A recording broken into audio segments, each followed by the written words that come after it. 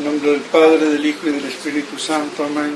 Amados hermanos en nuestro Señor Jesucristo, la misa de hoy,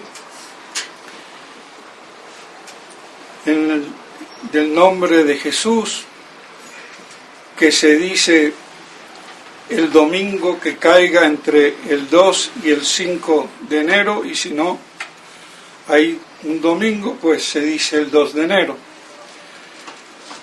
Y como en esta ocasión cayó domingo 5 de enero, pues por eso la misa del santo nombre de Jesús, nombre que, como dice el Evangelio, le dio el ángel, Dios mismo, a través del ángel, en la anunciación a la Virgen María, como vemos en el relato de San Lucas, y también en San Mateo, cuando le dice a José que se tranquilice y que ese niño se le pondrá el nombre de Jesús, de Yeshua, Salvador, salud, dador, y de la salvación y salud eterna, de la cual la terrestre es un pálido reflejo. Salud y vida eterna, de la cual la vida humana es un pálido reflejo. Y por eso los antiguos consideraban la patria el cielo. Y por eso esto era una peregrinación hacia la verdadera y eterna patria en el cielo.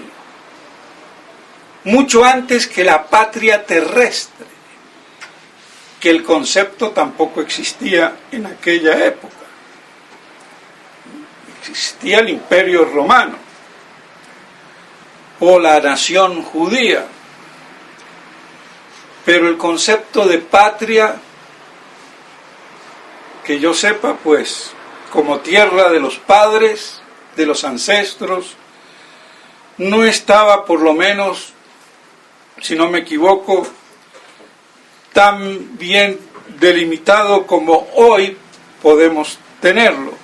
Pero de todos modos poco importa si hay una patria por encima de toda otra patria, que es la universal y verdadera para todos los hijos de Dios, es el cielo, la bienaventuranza eterna. Y por eso Jesús, el Salvador, y esto no hay que olvidar. Nunca, y menos hoy en día. La salvación no va a venir por la conversión de Rusia trasnochada. Hubiera podido ser para que la intercesión de María se hiciera patente ante el comunismo ateo, pero eso no quiere decir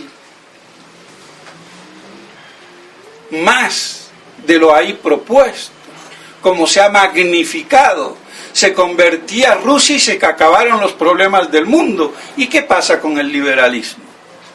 Que existía antes que el comunismo. Ojo, no perdamos la óptica global, integral, cayendo en politiquerías partidistas que son partidas, partes, pero no son el todo. Hay mucho trasnoche.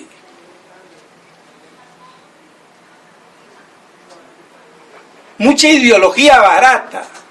Y me perdonan los politólogos y todos los ideólogos. Porque por encima de todo está el único Salvador. Y no hay otro, ni Mahoma, ni Buda, ni el que sea. Ni el rey de Francia, ni de España, ni del que sea.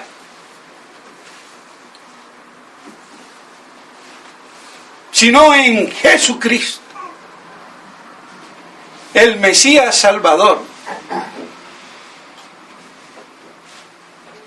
Y por eso toda rodilla se dobla, en los cielos, en la tierra y hasta en los infiernos.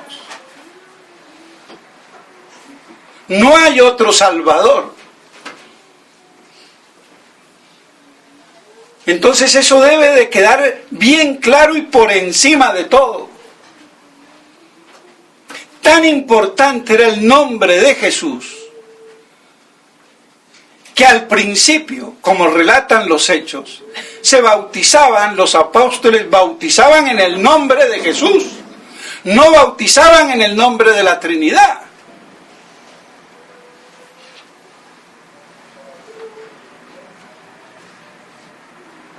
Para mostrar que aunque tenían el mandato de ir y bautizar en el nombre del Padre y del Hijo, los apóstoles al principio bautizaron bajo el nombre de Jesús para que se mostrara el poder de ese divino Salvador.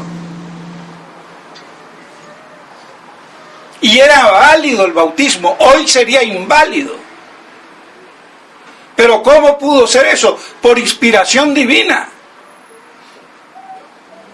Porque los sacramentos los confecciona en su sustancia y esencia Dios, no los hombres.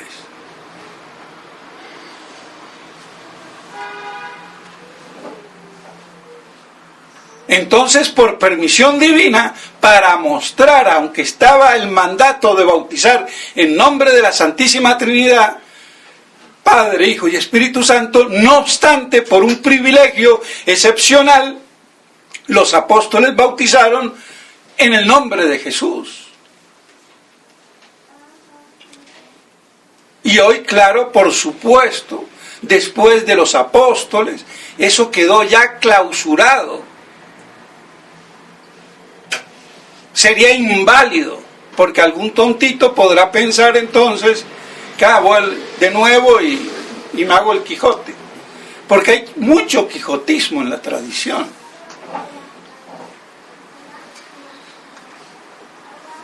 Pero bueno, entonces ese era el poder, la magnificencia. Por eso es el vínculo entre el cielo y la tierra, su sacerdocio. Y así vemos entonces cómo este nombre es blasfemado, profanado, por todo el ecumenismo liberal del modernismo, basado en el pseudoconcilio herético de Vaticano II.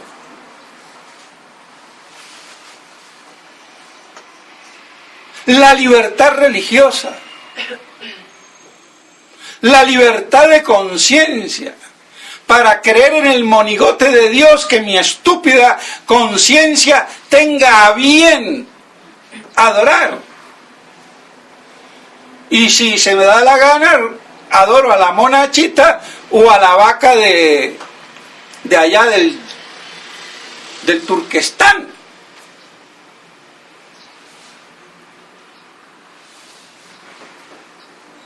Todo eso es blasfemia contra el nombre del Salvador. Esa es la herejía, la apostasía. Por eso Francisquito Papanata,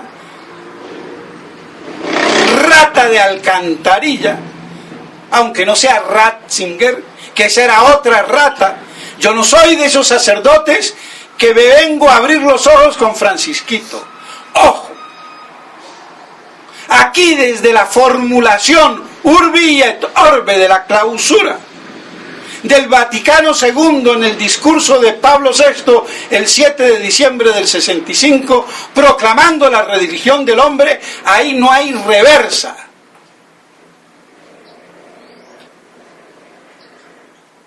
Y son todos antipapas.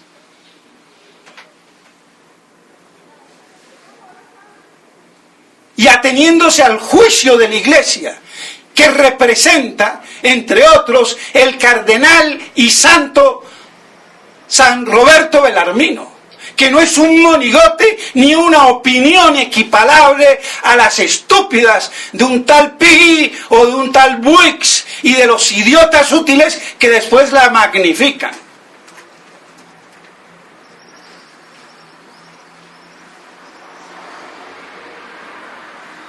Y aquí es donde el 99% de los sedevacantistas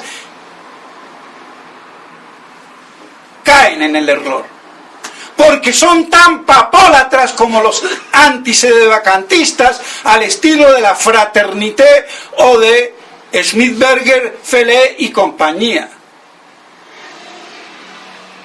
Dialéctica llevada a cabo por el mismo Vaticano II y eclipsar la única doctrina contundente y verdadera de la sede vacante, que un papa que puede caer o defeccionar en la fe, por muy legítimo que sea, porque no hay que confundir impecabilidad de la persona con el oficio magisterial de esa persona como papa, doctor universal de la Iglesia, dentro de los parámetros y cánones en que ha sido definida. Es que aquí falta mucha precisión y mucha inteligencia, y hay mucha basofia papólatra y herética.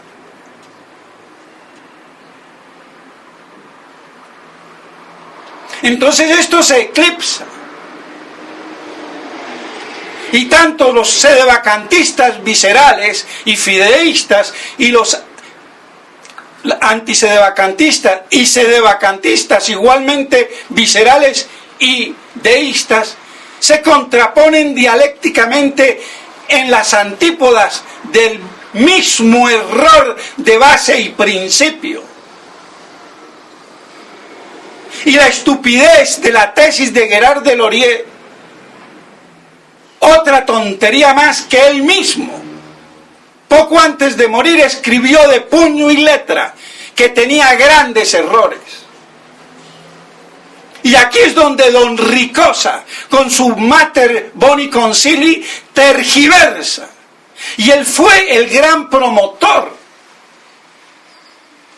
de Godin Tuc, que hubiera pasado desapercibido.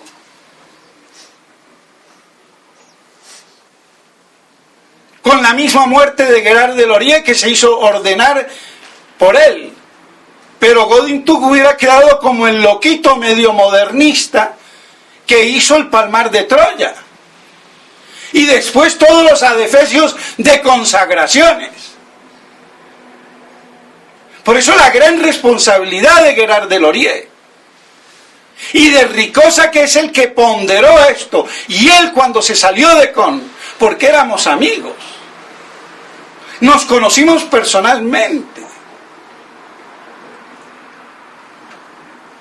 Y me caía simpático, porque italiano, hay una mayor mediterraneidad y culturalmente y todo. Cuando se salió, él no se salió por una cuestión de sede vacante o no. Eso vino después de un año. Y formuló, se basó en la tesis de Gerard Deslauriers y ahí sacó la banderita. O sea que ni él mismo lo tenía claro. Así que no me vengan con cuentos ahora. Las cosas como son. Es que yo me los conozco a todos. Yo no soy Pagliarani, que por muy superior que sea de la historia primigenia de la fraternidad no sabe.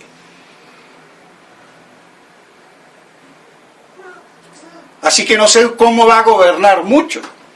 Claro, si se informa puede ser. Pero si los sacerdotes que lo pueden informar están fuera, pues que se frieguen por idiotas. Porque Smithberger va a la que te pego. Olañé, ya vemos qué pasó. Todos los que estaban rodeando a Monseñor Lefebvre claudicantes. Eso hizo una presión sobre Monseñor Lefebvre y el Vaticano lo sabía. Y la ejerció muy bien. Por eso esas ambivalencias de Monseñor Lefebvre.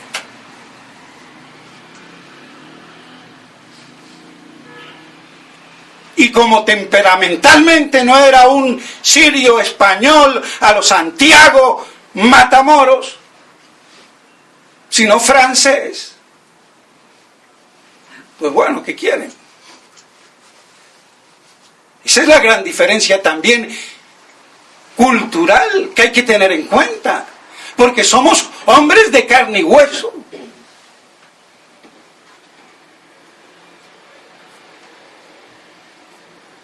Pero todo al servicio de la verdad. Entonces a Monseñor Lefebvre lo opacaron, pero él tiene textos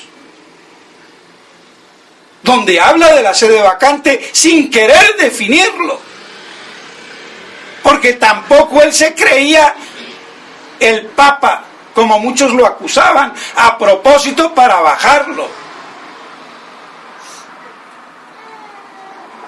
Es que había todo un contubernio. Y después que afloren todas estas exageraciones papólatras que se contradicen y se oponen y se dividen, pero la verdad pura y dura no puede salir a flote. Pero a mí no me van a hacer comer el cuento, porque yo desde el primer día que entré al seminario comencé a estudiar la cosa. Y en primer lugar a leer el libro recomendado por Monseñor Lefebvre de Xavier Silveira, que estaba prohibido en aquella época en Ecón y en Albano. Y todo lo que decía el DTC y todo lo que decían los padres de la iglesia y todos los que decían, como por ejemplo San Roberto Belarmino.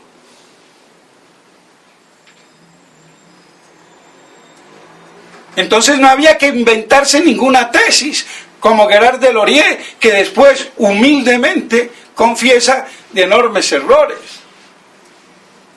¡Qué humildad! Porque yo no sé, bueno, no tengo ese gran error, pero si lo hubiera tenido, o si lo llego a tener, si tuviera la humildad de después decir, no, me equivoqué. Eso es duro. Pero gracias a Dios siempre existirá alguien que se lo va a recordar a uno y lo obligará. Y yo les pido el favor que me lo hagan. En el caso que llegue a desvariar. Porque podré estar muy pulcro hoy, pero mañana tu tía. San Felipe de Neri decía, yo no sé si mañana me convierto en musulmán.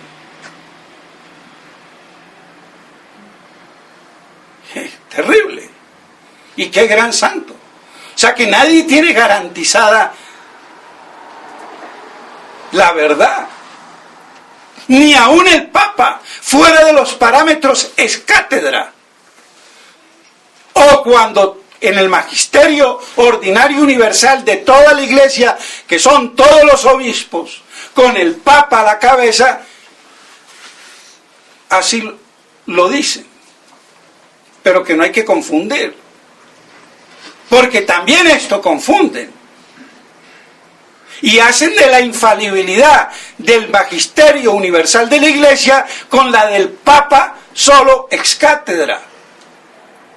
Es la misma infalibilidad, pero dos modos operacionales distintos, según la naturaleza del papado y la del todo el colegio apostólico representado en el episcopal.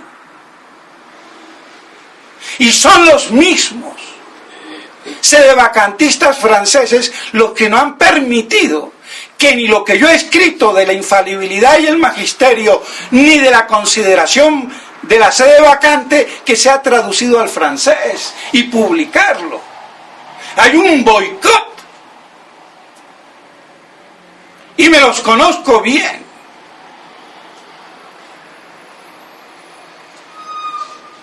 Y no hay nadie en la iglesia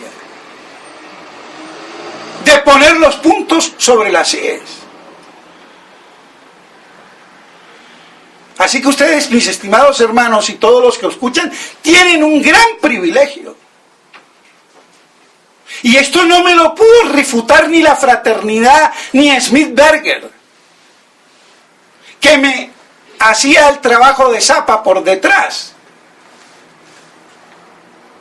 Porque hasta el mismo Padre Olañé un día me dijo que el Smith-Berger le dio el escrito y dice, pero vea, yo no soy teólogo, yo no me meto en esto, no sé, no me da la cabeza.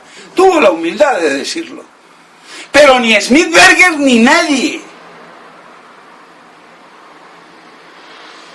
ni Lisandro en la Argentina, que lo tienen como la panacea. Ese se equivocó y yo lo enfrenté personalmente y se quedó chito, calladito, en Altagracia, ojo, yo sé de lo que hablo. Y también al padre Barbará lo enfrenté. Yo no me voy por la tangente. Y también se quedó chito. Y le dije, y su libro que escribió al respecto sobre la bergería, o sea, el rebaño de Jesucristo, y no me acuerdo bien el nombre, le dije, tiene una herejía. Y no chistó, se tragó, se tuvo que aguantar. Entonces las cosas como son. Entonces vemos cómo, mis estimados hermanos, todo esto no es solamente Francisquito, que dice el atrevido que él cree en un Dios, pero no en el católico.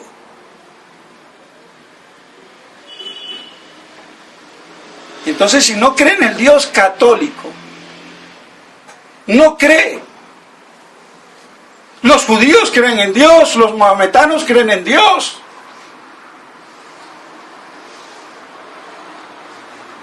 Pero no es el Dios verdadero, uno y trino, el Dios de la revelación.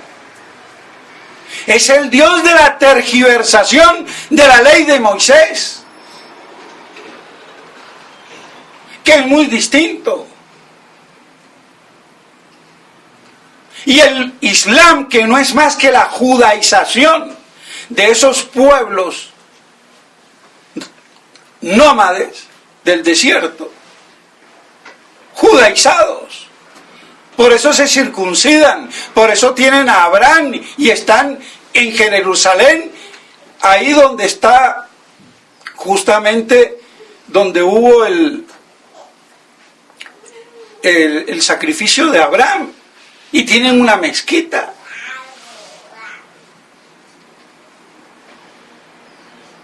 Se viven peleando con los judíos, pero la concepción es la misma. Y Mahoma casado con Yadija, una judía.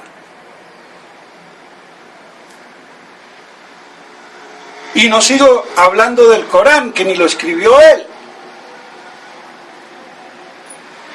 Pero bueno, eso es para entrar en otro cuento, otra discusión o lo que fuera. De todos modos, todos estos papas están fuera de foco.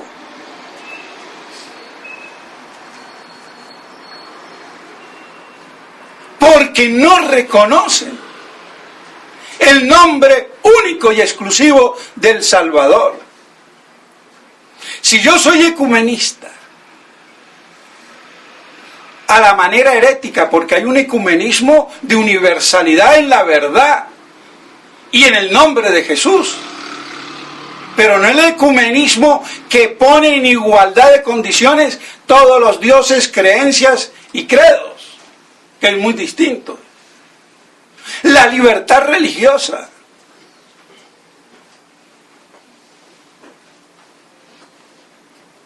Son herejías manifiestas. No hay nada que hacer.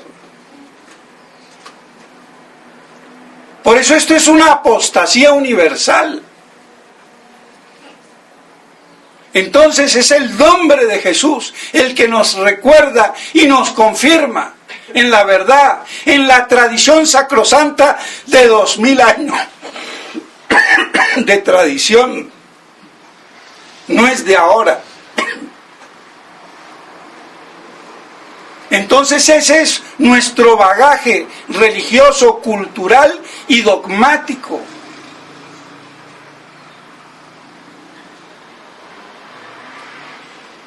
Entonces vemos cuán importante es esta fiesta de hoy en el santo nombre de Jesús. Y ese misterio inconmensurable, todo un Dios eterno, se encarna, da el ser divino a la naturaleza humana. Y aquí, claro, hay que tener una concepción filosófica, metafísica muy aguda, que ni aún la escuela tomista tiene como tal, porque puede haber alguno que otro miembro que se aproxima, pero que como escuela no la tiene,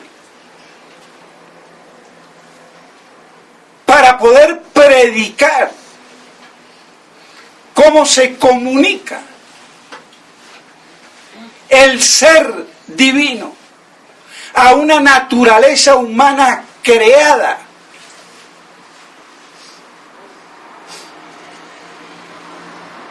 Tomada esa materia de las entrañas virginales y puras de la Santísima Virgen María. Pero si nosotros tenemos el concepto metafísico de que todo ser o cosa que es como entidad, como naturaleza y substancia, existe porque hay un ese participado, creado, recibido por esa esencia que la hace subsistir como una substancia completa y existir en la realidad. Y eso con todo el orden de los seres, que hay una participación de ser creada que hace que las cosas existan y subsistan en sus naturalezas específicas respectivas. Y en el caso de la naturaleza humana de nuestro Señor, ese ser no es participado, creado, sino que es el mismo ser del Verbo eterno que hace subsistir y existir a la naturaleza humana del verdadero hombre que era nuestro Señor Jesucristo. Pero esto no lo van a oír por ahí, ni ahora ni hace 200 años.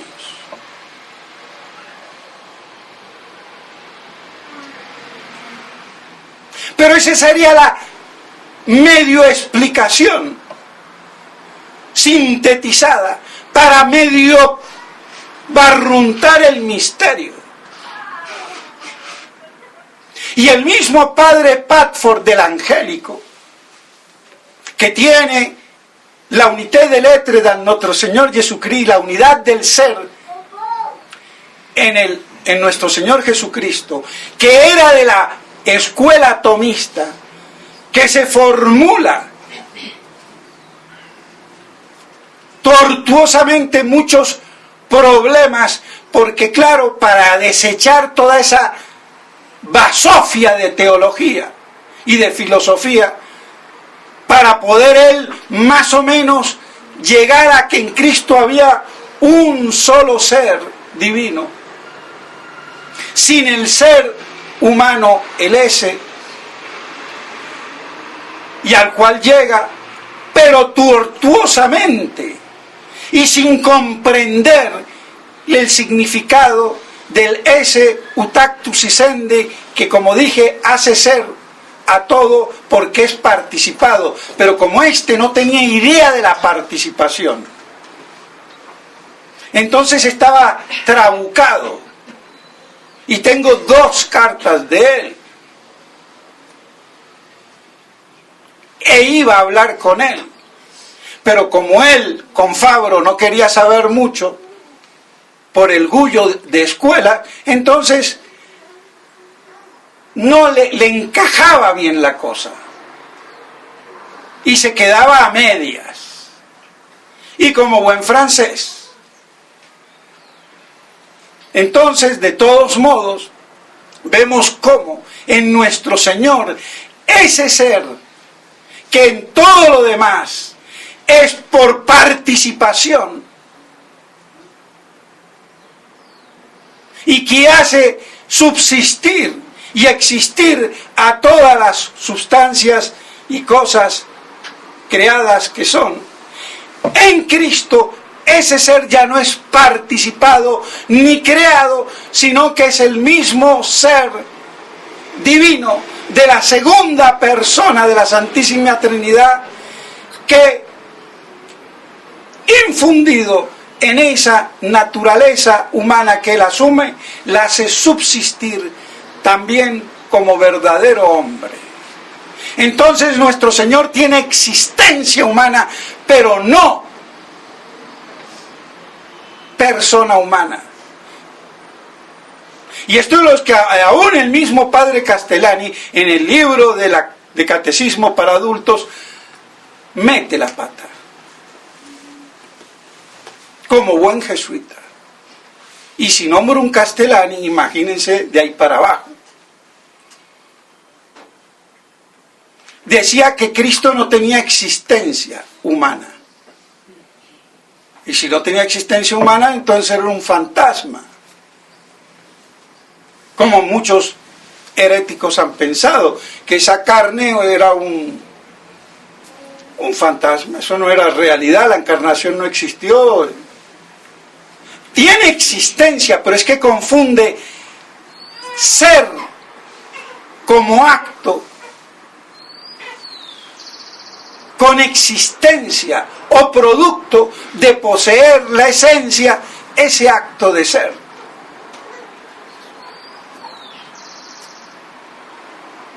Pero bueno, no les quiero romper la cabeza, pero algo inteligirán. Todo ser participa desde el momento que es de ese ser participado. Lo que pasa es que ser es ambiguo, equívoco en español, porque puede ser todo el ente o el acto del ente, y el acto de los actos del ente por encima de la forma sustancial. Pero aquí, bueno, no los quiero tampoco enredar, pero el acto intitativo, participado en todo lo que es. Y en Jesucristo ya no es participado, sino el mismo ser divino. Y que es la misma naturaleza divina. Porque en Dios la esencia se identifica con el ser. La naturaleza, la sustancia, la esencia es su ser, y por eso es ipsum esse subsisten, el mismo ser que por sí mismo subsiste.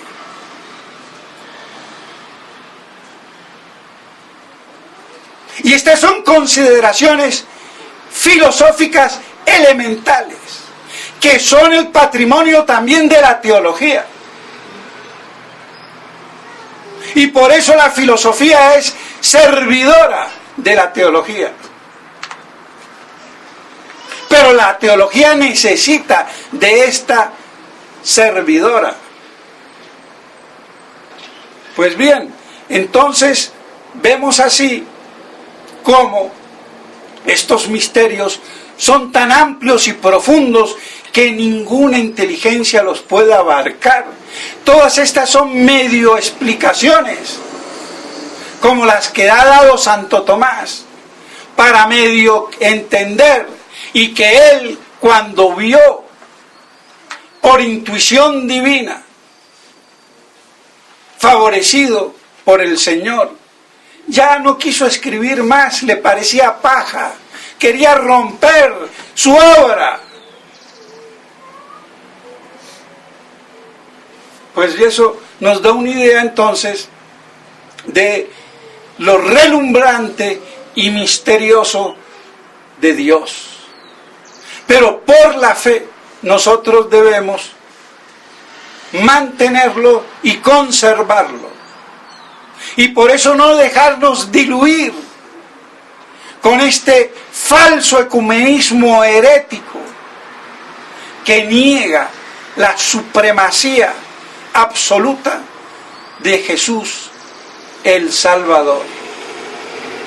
Que podamos meditar como meditaba Nuestra Señora todas estas cosas en su corazón, y nosotros así podamos tributarle verdadera y profunda adoración, tratando de santificarnos, viviendo justa, piadosamente, mientras esperamos la bienaventurada esperanza del retorno glorioso de Cristo Rey el día de su parucía. En nombre del Padre, del Hijo y del Espíritu Santo. Amén.